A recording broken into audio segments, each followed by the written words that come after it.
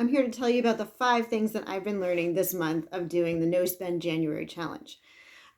One of the first things that I've found really helpful is to track my progress. Now, I've always looked at my bank accounts on a regular basis and my credit card bills, but I have been trying to do it on a daily basis so that I can track the money that I'm saving.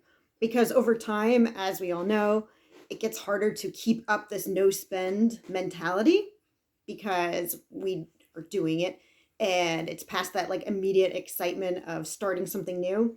So by looking at my bank account and seeing it grow even by the slightest amount that it has, um, actually more than a slight amount, but getting to track that on a daily basis or every few days has been like a boost to have me keep going.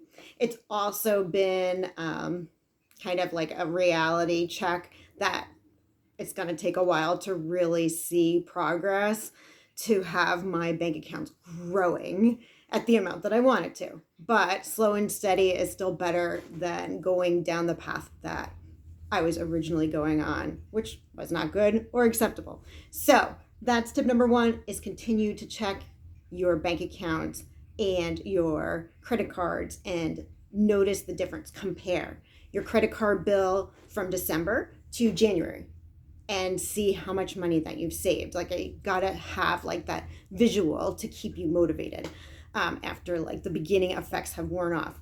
The second thing that has been a really good motivator for me and a tip that I like to share is to think about what you want to do with the money that you are saving. So I took some concrete steps to decide what I wanted to do with that money, and I paid back 2 debts that were $600 each, which was really exciting because it showed me how much money that I can save when I am just not buying any clothes, any house decorations, any hair products, any treatments, any going out to dinner. It really does add up. So taking that and deciding like what I'm going to do with it and seeing something concrete, like, okay, I paid off these 2 debts. That's now gone. It's freeing. It feels good. So I feel like there is some kind of wonderful consequence from the no spend challenge. The third tip that I have also realized by looking at my bank accounts, by even though I'm really excited, like $1,200 to pay down debt is awesome, but I'm looking at my account and it's not growing as fast as I want. So one of the tips that I sort of want to share is that it might take a no spend February too, or a low spend maybe several months in a row, or I don't know, it depends on your situation. But for me, looking at my bank account, I'm like, oh, it's not a miracle fix to do 1 month. So this needs to be a real kind of finalized change that I do for my expenses moving forward. So it's not like I'm going to continue to spend, like have a no spend forever, but in order to get on track, it's going to take a lot more. So that's okay, because I need to like sort of balance that. Like I paid off a lot of debt and it's going to take a long time, and sort of meld those together that, okay, a lot of positive happened, but it wasn't like this miracle cure. And just be like, okay, that's all right. It's going to take time. It's going to take discipline, but that's okay. Just realizing that it's going to take time, but seeing it in like more of I'm in control of it by looking at the bank accounts, looking at the credit card bills, and keeping track, feeling more responsible and in charge of these accounts rather than like just hands-off approach and seeing what happens. Not gonna work. So I did my February budget and saw I am going to definitely do a no spend February for sure, because I have more work to do. But I see, like, when I do some calculations, that I won't be able to save $1,200, but I'll be able to save a bit. In January, I used some gift cards for food bills, so that helped with saving the amount that I did. So in February, I'm not expecting my savings to be as much because I don't have any more credit cards. I mean, I don't have any more gift cards, but that's okay. I still feel like I can make a huge impact by what I'm doing. And I do feel motivated enough by staying connected to my account to feel like it's worthwhile.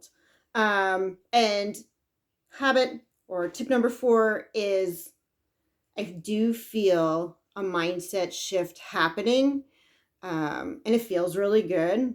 It is a different process when I go into a store and I'm shopping and I see things that I like.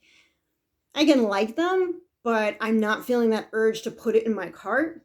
I'm thinking much more consciously about what the final cost of my bill is going to be when I check out. So I do feel that mind shift happening, and I want to reinforce it. And that's why I feel like for me, doing a no spend February is going to be really important to kind of reinforce everything that I've been learning this month. But it is cool to see my mind shift changing, almost changing back, because I feel like I used to be like this. And then I think the stress of separating and the divorce, sort of threw me off track. But I'm excited to get back and feel like the adult in control of my finances. And finally, I'm kind of surprised by this because I didn't know I'd do this, but I started to tell people that I'm doing a no spend January. Most people didn't even know what it meant, which I was kind of surprised.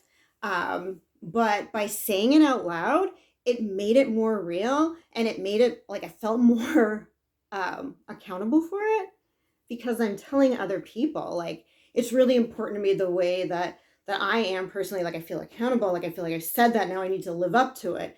So it's sort of like, not in a bad way, but in a kind of a good way, hanging over me when I'm out and about, like, oh, I really can't do that because I've told people at work, I told friends, I've shared what I'm doing. So saying, oh, I'm doing a no spend January, so I can't participate, or just sharing what that experience has been like for me, just kind of putting it out there has been good, because I feel like telling other people makes it more real. It becomes part of who I am and what I'm doing right now.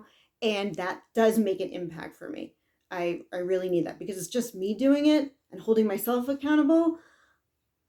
I'm trying and I'm doing it so far in January, but I feel like moving forward for February to keep it going is to share that with other people and to say, yeah, I did the no spend January. I'm actually doing the no spend February because I need to keep saving and I see that it is helping. So I really find like that's been helpful and kind of surprising. I didn't know that I would share it, but it just sort of came up talking with friends and coworkers, and then I realized I felt like a click happening, like, oh, now I'm saying this, I really need to live up to this.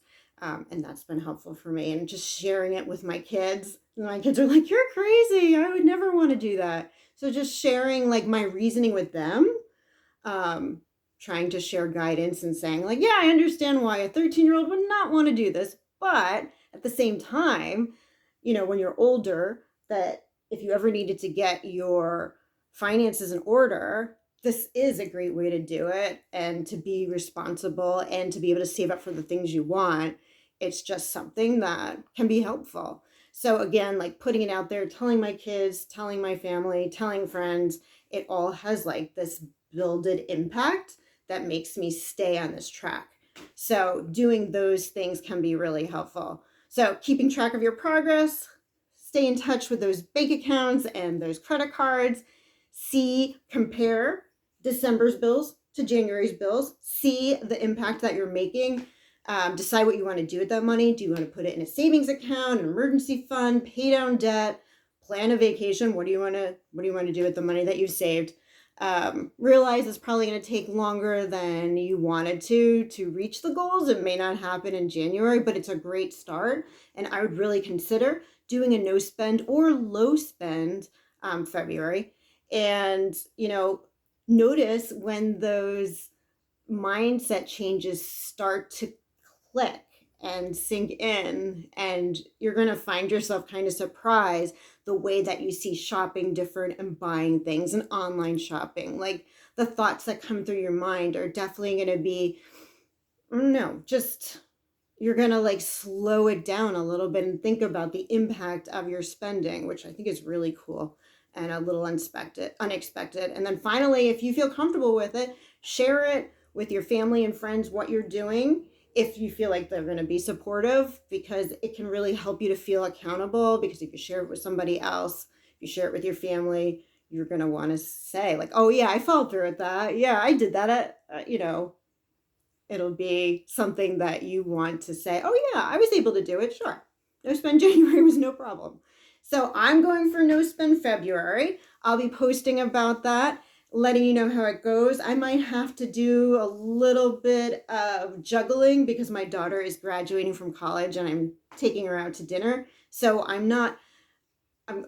feel like an exception here or there is still okay. And if I rebalance it by, I don't know, doing something with my food bill or whatever, finding a way to balance it out, I'm going to be okay with that because I don't want to drive myself crazy. So we'll see how that goes. I'll keep you posted. See you next week. Bye.